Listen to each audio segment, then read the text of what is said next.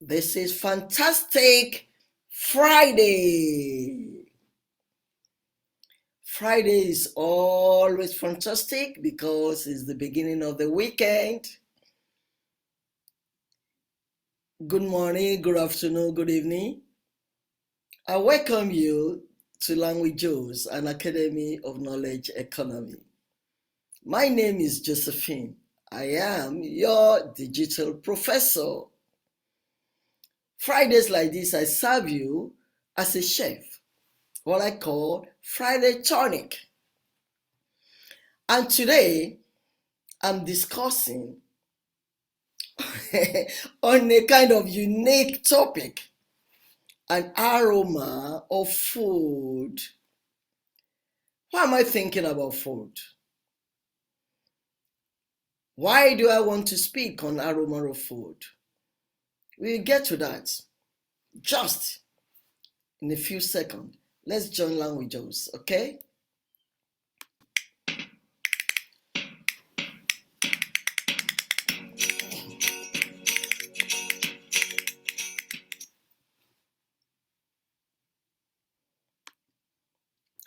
Yeah, I'm discussing today aroma of food. What is aroma?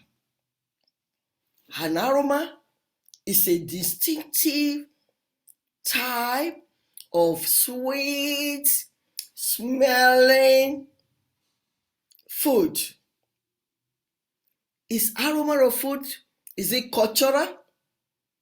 Is it geopolitical? Or is it the same? One makes one type of food. I'm not talking about spoiled or rotten food at all.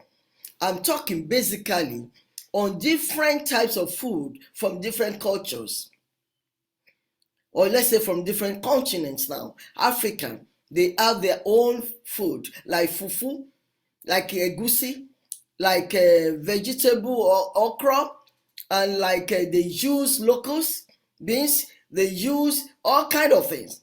Or westernized food, Italian food like pizza, like spaghetti, like macaroni, or like all those things that I love. For me, I love red lobster food, seafood food, grilled chicken base.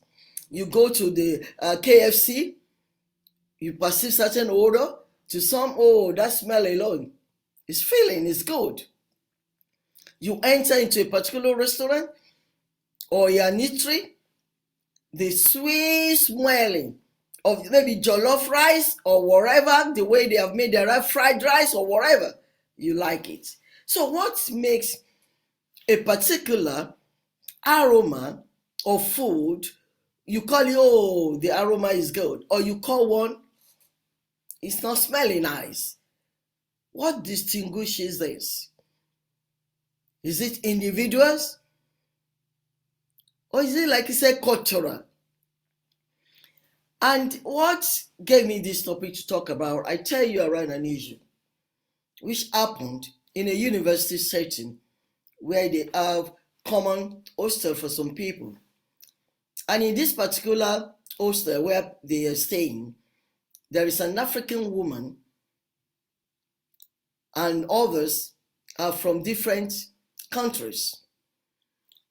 They all have their rooms en suite, but they have the kitchen is shared, the sitting room is shared, the laundry is shared. But apart from that, they have their own room. You have your own restroom or bathroom or toilet inside your own room and things like that.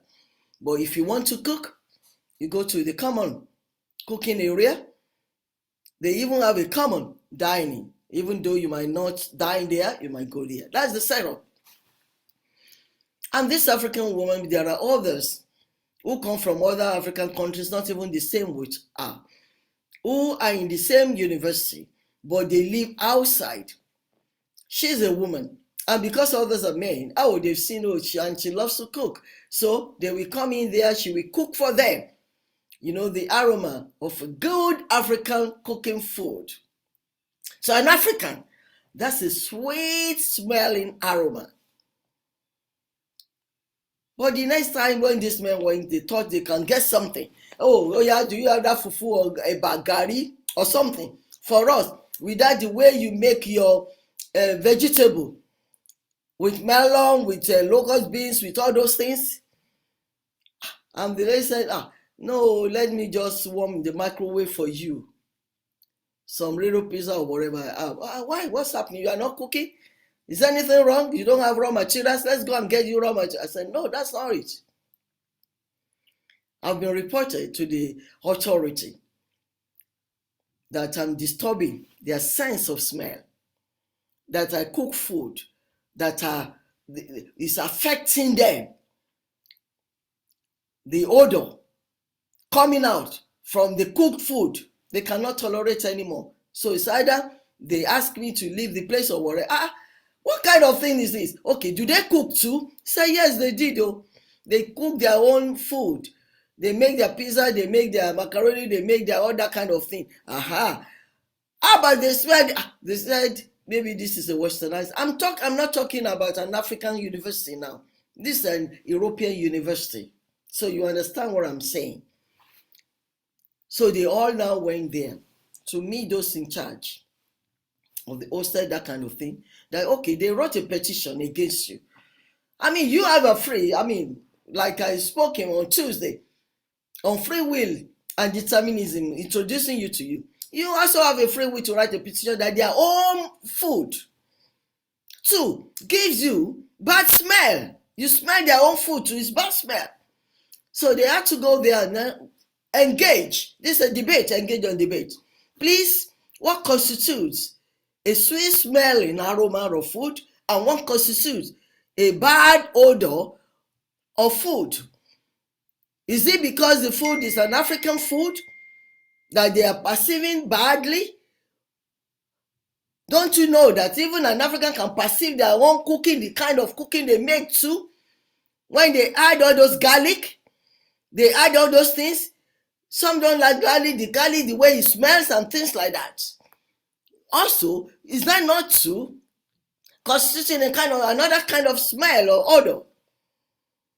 In other words, this debate, let me summarize. At the end of it, they had to let go. Look, everybody, you can cook your own food, but when you cook, ensure your area, you aerate it, you ensure you spray it after you have done cooking, you have washing and everything, so that everybody. So that was the end. And the woman, the African woman, went back to cooking what she loves to eat and cleaning up. And others too, they cook what they love to eat. That's what constitutes a sweet smelling aroma and a bad smelling aroma. Is it the ingredients you use, or is it cultural? Some cannot stand some of the food Indians eat because of the kind of spices, different kind of spices they use to cook their food. But to them, to an Indian, it's sweet smelling aroma. Like some, even within the African continent, some cannot tolerate some parts of Africa when they cook their type of food because of the kind of spices they pour in. Tolerance. What I'm saying here now is tolerance. And now, education. Let's be educated into different types of food, into different types of spices. Let's get our sense of smell attuned to different senses of food, so that when a particular cultural group is cooking, what to them is a sweet smelling aroma food, you will not be closing your mouth and ignoring it as a bad odor emanating. Like I said earlier on, I'm not talking about rotten or bad food, because anybody from any climate, from any region, from any culture When any food is rotten or spoiled, you will know because you will smell the bad or rotten aspect of that food. But when food is freshly cooked, the sense of aroma to me is different from the sense of aroma to someone else who's not used to the kind of spices or ingredients I use for my cooking. So tolerance, be tolerant about others' taste, be tolerant about others' culinary. What we call that, be philosophical too. And even if possible, educate yourself. Learn to taste it. Oh, if that smell you don't like it, you could ask, what kind of spices or what kind of ingredients are you using for that kind of food? Can I look at it? Can I say it? Oh, I like this, I don't like it. It's not everybody that likes westernized food. Some to them doesn't taste right in their mouth. So that's what I have for you today. Think about it. Get yourself educated about different culinary and food from different cultures, from different continents. Try to be able to tolerate what smells nice to them. And do not just go grungily complaining, especially if you are living in a common area and you are complaining that anytime that person, my neighbor, cooks, his food is disturbing me, it's affecting my nostrils, it's affecting my smell. How are you sure that your own cooking is not affecting your neighbor nostrils and your neighbor's smell too? So what is good for the God is good for the goose? An aroma. Let's keep on enjoying that sense of sweet smelling, distinctive aroma of that food you love. Have a wonderful weekend.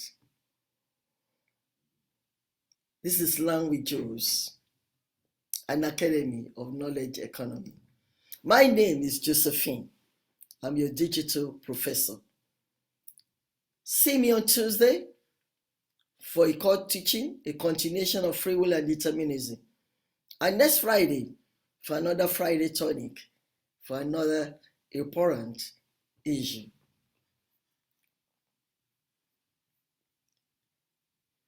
Remain blessed.